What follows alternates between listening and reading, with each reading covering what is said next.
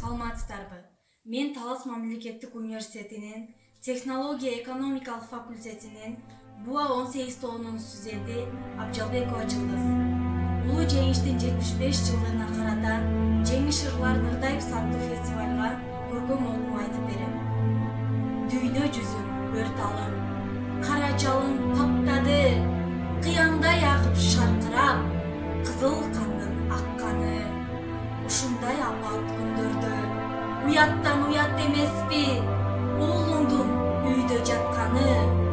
Жардыны бөлүп киржешкен, жан каныбыз бирдешкен, жарым менен коштошом. Бактылаш кулу замандаш, барым менен коштошом.